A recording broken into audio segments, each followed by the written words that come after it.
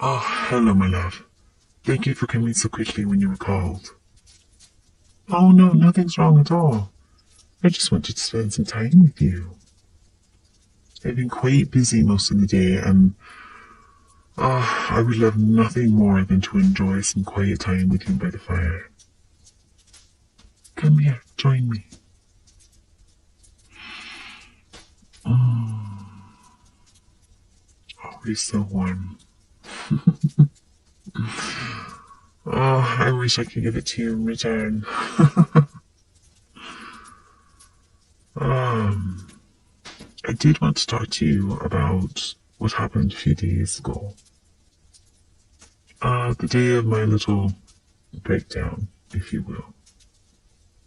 I'm deeply sorry for that.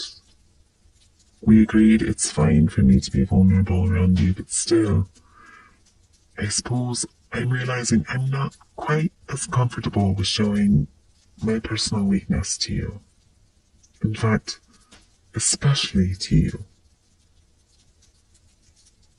I'm realizing the way you look up to me means so much. And your eyes really do get adorably wide when I flaunt my powers. And my wealth. And my experience, actually. You really like a capable woman, don't you? And there you go blushing. Oh, you are so precious when you blush. It's so funny. I can't bear to be seen as weak, but you can't seem to be able to handle praise. We definitely compliment each other in that way, don't we? Hmm. Sometimes I wonder why I never tried to find someone like you sooner. When I was mortal, I was seeing someone just like you, and we were so happy. Oh, listen to me. Talking about an old lover to my current one. I'm sorry, that's so thoughtless. Ah, you're right.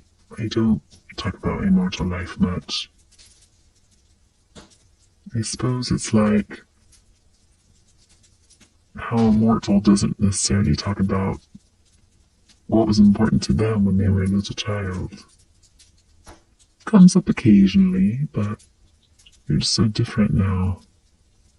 Who you were then doesn't resemble who you are now. I suppose that's fair. Although honestly, I don't think I was especially interesting as a mortal. I was actually a little bit older when I was turned. I know my appearance suggests otherwise. That's just part of the de-aging effect being a vampire can have. No, I never did get married. So many people wanted and expected me to that I remained single for a long time out of spite. I found other things to occupy my time instead. I was actually an artist. So different from my livelihood now, but I've become much more pragmatic over time. But yes, eventually I did find someone that I cared for very much. He was so sweet. The two of you obviously don't resemble each other physically, of course, but he was very much like you in spirit. Kind, thoughtful, respectful, timid, but at the same time, this strong emotional intelligence. We met with him buying one of my drawings. Yes, he would come to me often and ask about my masterpieces, as he called them. If I'm being honest, he was quite generous with that term. But he always had so many questions about them. And he was such a good listener. It was so encouraging to have somebody who just cared. You're much the same way. You're so wonderfully thoughtful to me, and you seem to appreciate everything I do. Just as my immortal lover made me feel. He made me feel like the talented and skilled artist I wanted to be, I tried to be. And you make me feel like the powerful, confident vampire I try to be now. That I want to be. For you and all of the dear ones.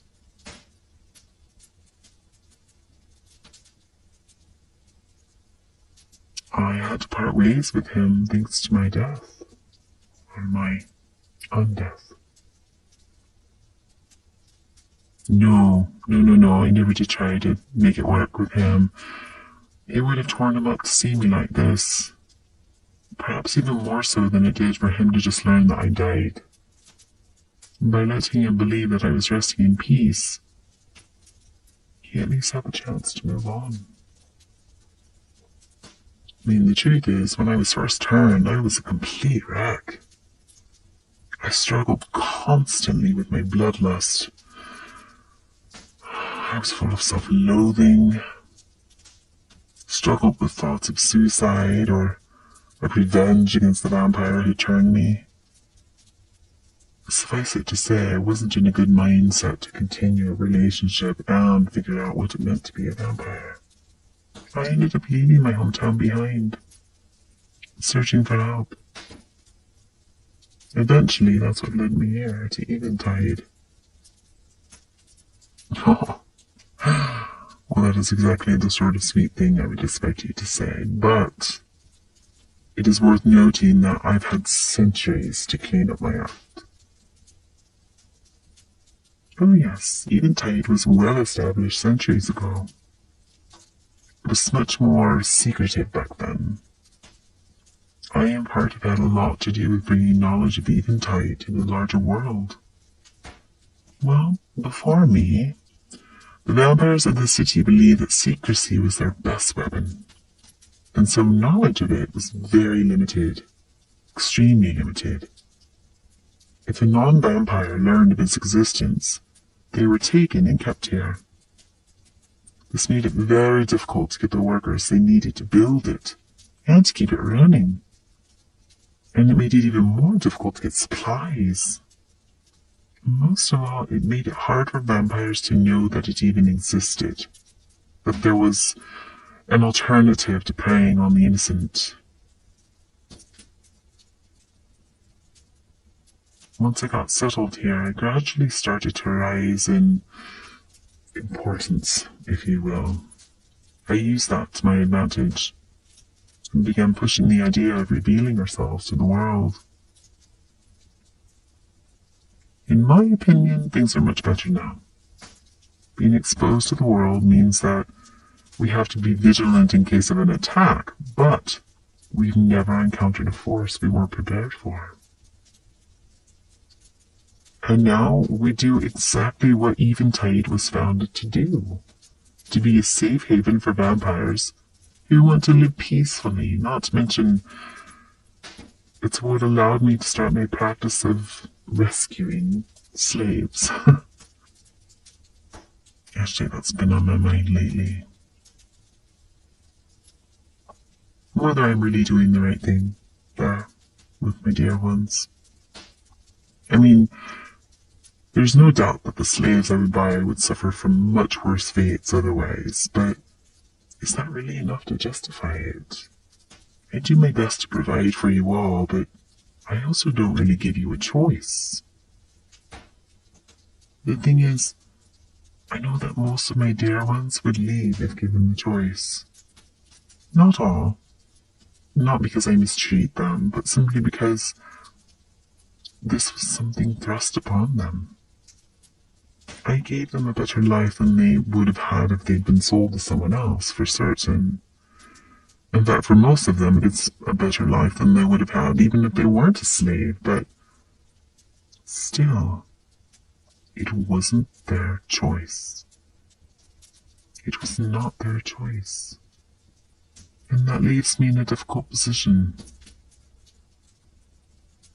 If I let them all go, I wouldn't have enough left to feed myself. My options would be to starve to death, or more than likely start killing to feed myself. When a vampire gets truly hungry, they lose their self-control, no matter how old they are. And that's exactly what would end up happening. So again and again, I tell myself that this is the fairest option. But the more I think about it, the more confusing it is. Is doing a good deed enough if I could be doing more good by sacrificing myself? And what about my fortune? Am I a bad person if I don't give all my money away? Even if I were left destitute, there would still be people who were worse off than me, so should I just be giving it all to them? The thing is, and please don't take this in a bad way, but I didn't worry about any of these things until we became a couple. You bring out this need to be the best person I can be. Moral ambiguity just doesn't feel acceptable anymore. What do you think? You were so scared that night I bought you. Was that fear justified? Am I the frightening creature you thought I was?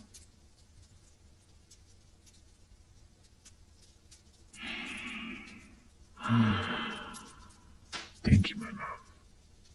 Makes me very happy to hear that you're happy. Perhaps you're right. I guess I didn't have to make all my dear ones as comfortable as they are. If by doing what I want to do is more than I need to do, who could ask me to do even more? And I do believe I just bore my soul to you for the second time this week. Great. I keep saying how I would be strong for you, but you just seem to pull it out of me. I suppose it's just me knowing that you are loving and accepting of me. I feel safe. Thank you, truly, for spending this time with me, my love. If you like, you can return to what you were doing before. I love you, my dear sweet human.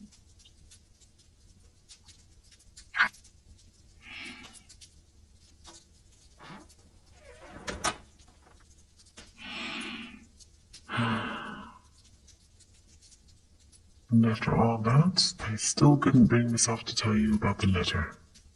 When am I going to gather the courage?